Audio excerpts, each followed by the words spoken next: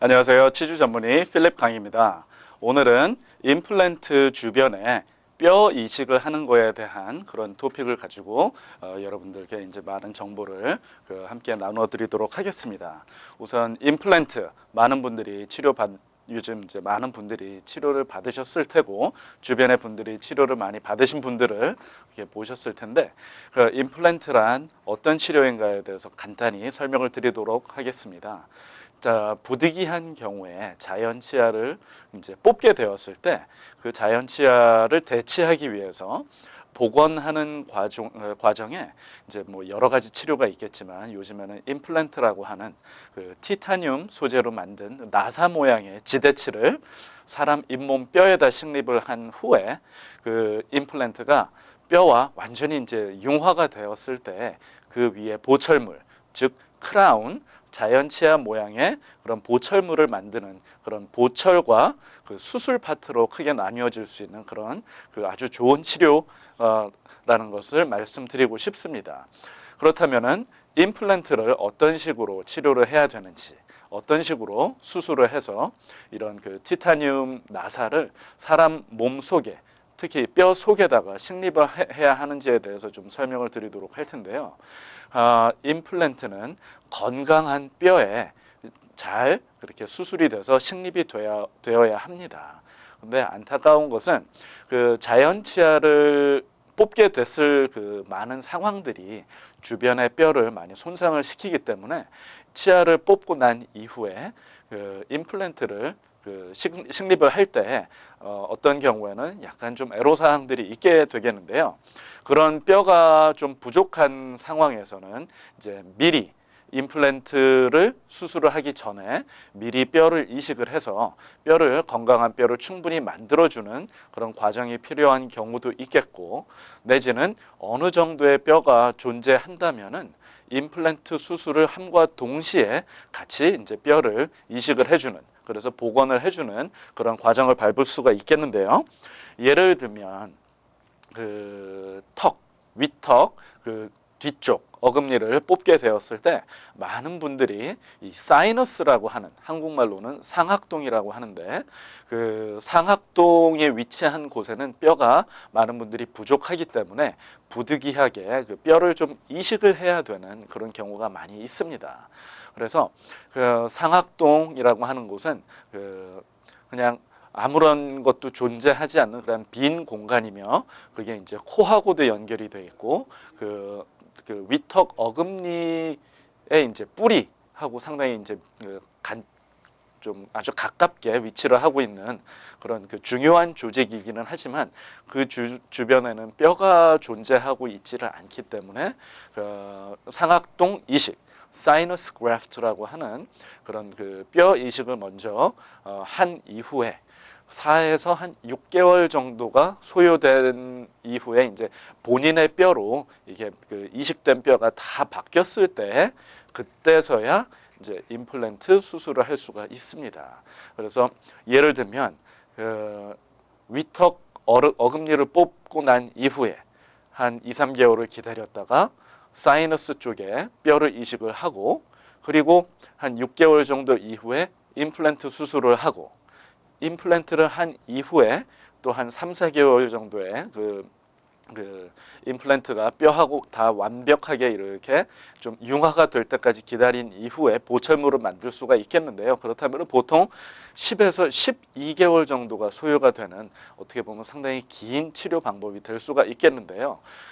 뭐 이가 없기 때문에 불편해서 그렇게 해서 이제 좀 마음이 급하시고 많이 불편하기 때문에 빨리 이거를 좀 치료를 하고 싶어 하시는 분들이 많이 계시기는 하지만, 그래도 이런 큰 수술, 뼈를 이식을 하고 이식된 뼈에다가 임플란트 수술을 해서 이를 만드는 것은 그렇게 쉽게 그리고 간단하게 되는 것이 아니기 때문에 좀 충분한 시간을 들여서 초기에 치료를 제대로 해서 그 임플란트를 오랫동안 쓸 수 있게 하는 것이 사실은 상당히 중요하게 되는 것 중에 하나입니다.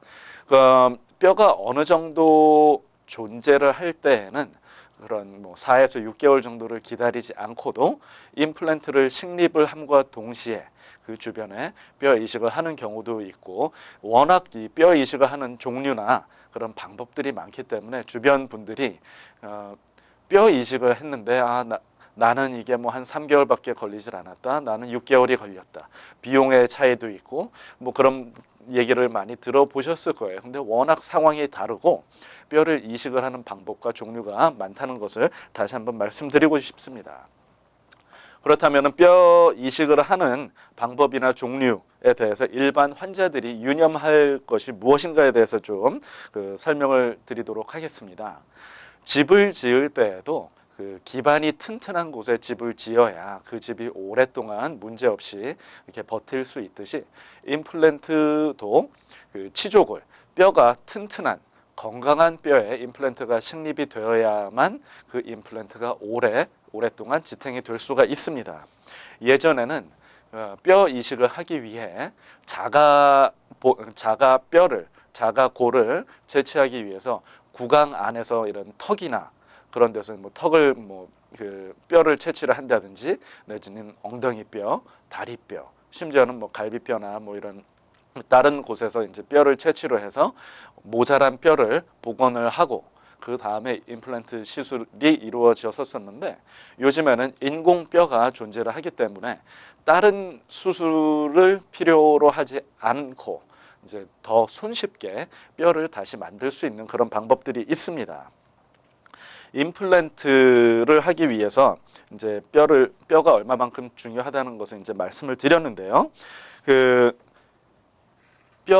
인공뼈의 종류도 많고 하기 때문에 사실 제일 중요한 것은 그 의사분의 이런 경험과 노하우, 그리고 이제 환자분 상태에 알맞는 그런 뼈 이식을 하는 것이 사실 제일 중요하다고도 이제 말씀드릴 수가 있겠습니다.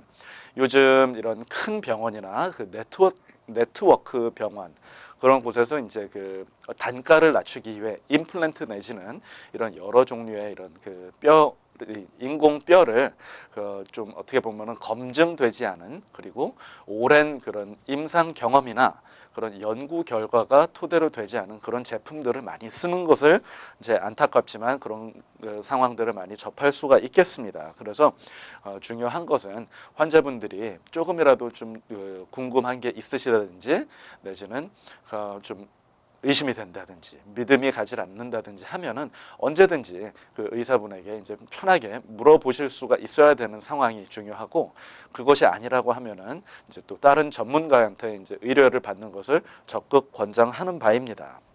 또 그 임플란트 비용이 어떻게 보면 이제 좀 상대적으로 좀 되게 낮게 책정이 되어 있는 그런 병원에서는 좀 불필요하게 많은 수의 임플란트를 권장을 한다든지, 내지는 임플란트를 식립을 할 때마다 이렇게 뼈 이식을 권장을 하는 그런 경우도 안타깝게도 많이 볼 수가 있습니다.